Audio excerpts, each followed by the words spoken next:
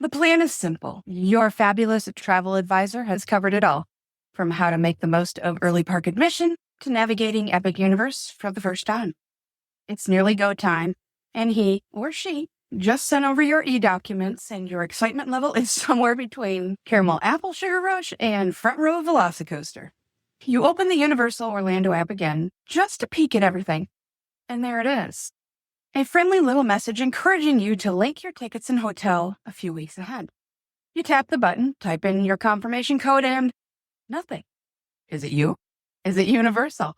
Let's just say that someone may have cast an Accio linking spell a little too early. Today, we're unlocking what that really means, and I'll share my favorite insider hacks for keeping your tickets, express passes, and sanity intact on your next Universal Orlando vacation. Welcome back to Unlocking Universal, your key to all things Universal Orlando and beyond. Now here's your guide and unfair advantage, Holly. Hey there, friends, and welcome back. In case we haven't met, I'm a theme park fan first, a travel professional affiliated with the Magic for Less Travel, and probably someone who spent way too many hours timing every Wizarding World path between a butterbeer cart and a locker bake. Can you believe this is episode 30? And that's wild. That's wild. And what better way to celebrate than with another round of Your Universal Questions, one of my favorite recurring segments where I tackle real questions from listeners and clients straight from the parks or during the planning process. This time, we're digging into a few topics that have been popping up a lot lately. Things like what's actually going on with that confusing link your tickets message in the app, whether you still need to carry physical express passes now that photo validation is expanding, and how exactly do you get to Volcano Bay? You thought I was going to say Sesame Street, didn't you? I almost did. Let's start with a question that came from one of my fabulous guests, Beth, who's heading down to Universal very, very soon. And she sent me this one after a little app frustration moment that I think a lot of people can relate to recently. Beth asked, how can I link my tickets and hotel package to my Universal account? I tried the confirmation code from the email, and that didn't work. Beth is not alone. I get this one a lot lately as more people start noticing those new prompts inside the Universal Orlando app. So here's the short answer. You can't yet. At least not the way the app suggests you can. The integration that will eventually allow you to link your hotel package directly to your Universal Orlando account is something that Universal is actively working on. We've been told it's something they really hope to have live by the end of 2025. But for now, it's just not possible, even though the app acts like it is. Somewhere in app development, somebody definitely jumped the gun, and now lots of guests are seeing those link your package instructions and thinking, wait, why doesn't this work for me?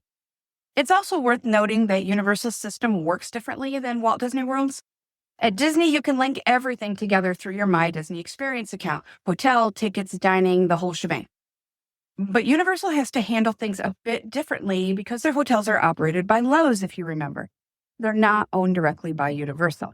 That means behind the scenes, there are multiple systems at play and they have to communicate. That's not as seamless yet as it will be one day soon. Incidentally, when you book a Universal vacation package with your favorite TA, you're actually going to receive 3 different confirmation numbers in your e-documents. One is for the overall package itself, one is for your hotel specifically, and the third one is for your features, which includes your tickets, express passes, and any other prepaid add-ons. We'll collectively cheer and high-five when that happens. But until that app feature is live, here's what you do instead. You'll arrive and check in at your hotel. Next, you're going to head to the vacation planning desk. That's where they're going to print your tickets, express passes, annual passes, any vouchers for anything like the Marvel Superhero Dining, etc. Now, once you have those tickets in hand, then you can open up the Universal Orlando app and scan them to link them into your account. From there, you're going to want to complete your photo validation mobile enrollment. That's right inside the app too. And that's going to help speed up park entry, and it makes it easier to use your express pass digitally where they're doing that. Now, even though photo validation is still officially in technical rehearsal, it's being used pretty widely. But because even solid technology can occasionally act up, I always tell my guests, take a clear picture of the back of every ticket or express pass and save it in your phone's photo album. If photo validation is offline or something goes missing or gets damaged, you can show the barcode or ticket number of where they can scan it, and you can head on over to guest services and get it replaced quickly. Because when you're on vacation, let's be honest, time is money. Now, while we were talking about tickets and express passes, Beth also asked me a great follow-up question that's super relevant with photo validation rolling out more widely. She asked, with photo validation being used more now, do I even need to carry my tickets and express passes into the parks? This is such a great follow-up question because while photo validation is super convenient, I still recommend carrying your actual tickets and express passes and your ID with you at all times. As we all know, technology can sometimes decide it's going to pitch a little hissy fit. And not all attractions that accept Express have photo validation capabilities just yet. Since you'll need to show your Express Pass every time you enter an Express queue, which can be easily a dozen times or more a day, you're going to want to keep it handy, protected, and easy to scan. I have 2 recommendations for managing your tickets and Express Passes once you're in the parks. 1. Number 1 is an oldie but a goodie. You can bring one from home or grab one on site. They're everywhere and come in every character and theme you can imagine. What am I talking about? Yes, you guessed it. The classic lanyard with a clear pouch, or almost clear pouch. Because you can find these in so many flavors, you can totally wreck your favorite fandom. Whether it's Jurassic Park, Minions, The Wizarding World, or even a special event like my beloved Halloween Horror Nights. The holidays at Universal, Mardi Gras, goes on and on and on. They're efficient, effective, and a great low-cost souvenir that can be reused. We've collected these for years and continue collecting them. They're still my top pick. Whether you've got a printed Express Pass or your room key from one of the OG3 hotels that includes Express as a perk, the less you handle it, the less chance you have of it getting bent, ripped, dropped, wet, damaged, or lost. Here's my pro tip. Put your Express Pass or hotel key card bar facing outward on one side of the pouch and your day ticket or annual pass barcode facing outward on the other side. That way you can just slip the pouch depending on what you need to scan. No fumbling or unzipping. You can even toss your ID and a credit card in there too. Honestly, the lanyard becomes your park day MVP, really.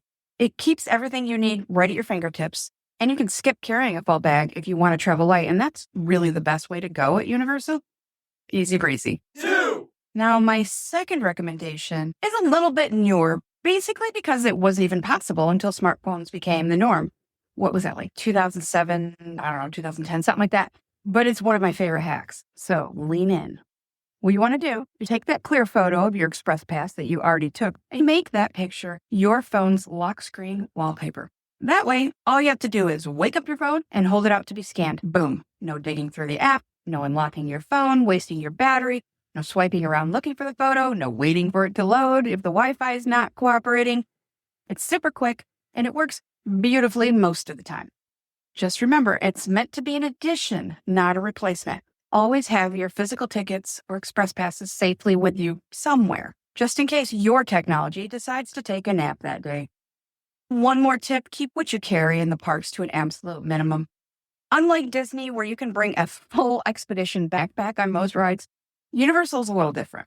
A lot of their attractions require you to store your items in a locker, and the free lockers are kind of tiny. Most are 14 by 5.5 by 17 inches.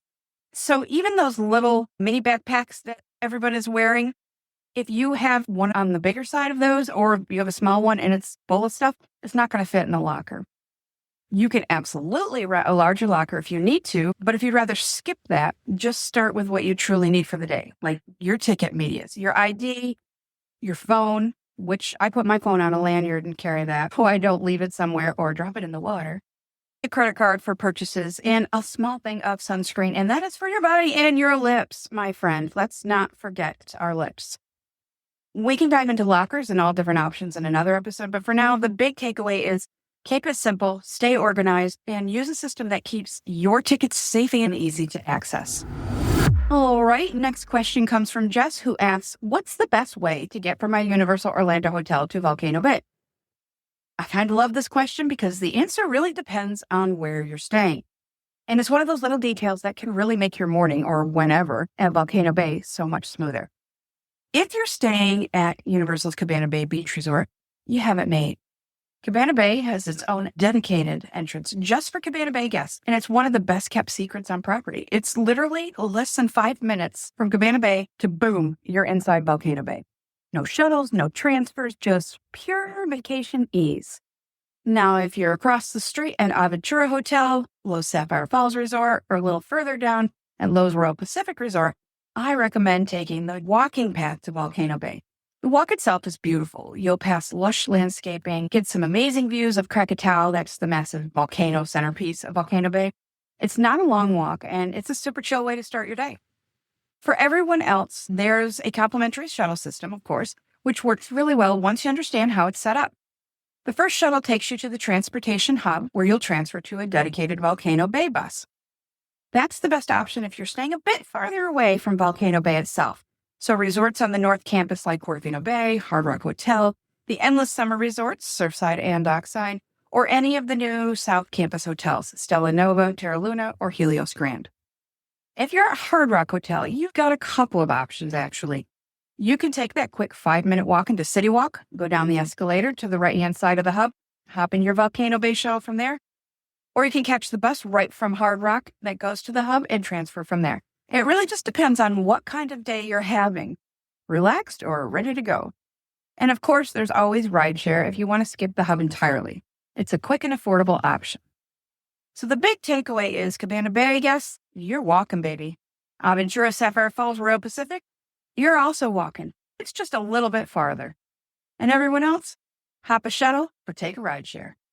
Either way, Universal's transportation system does a great job of keeping things moving, so you can snag that perfect spot and start your day of sunshine and lazy rivers without any stress.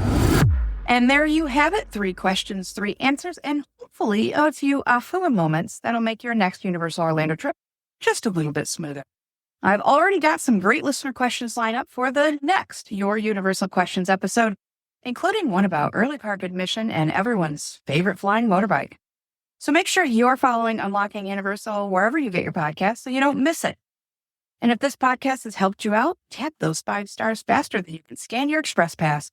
You can also text me directly through the link at the top of the show notes. I love getting your questions, hearing your stories, or even what you're most excited about experiencing the next time you're down here. Until next time, I'm Holly, and no matter where you're headed across Universal Orlando, remember, your vacation doesn't have to be complicated. You just need the right key. Thanks for hanging out with us. Now get out of here and go do something nice for someone.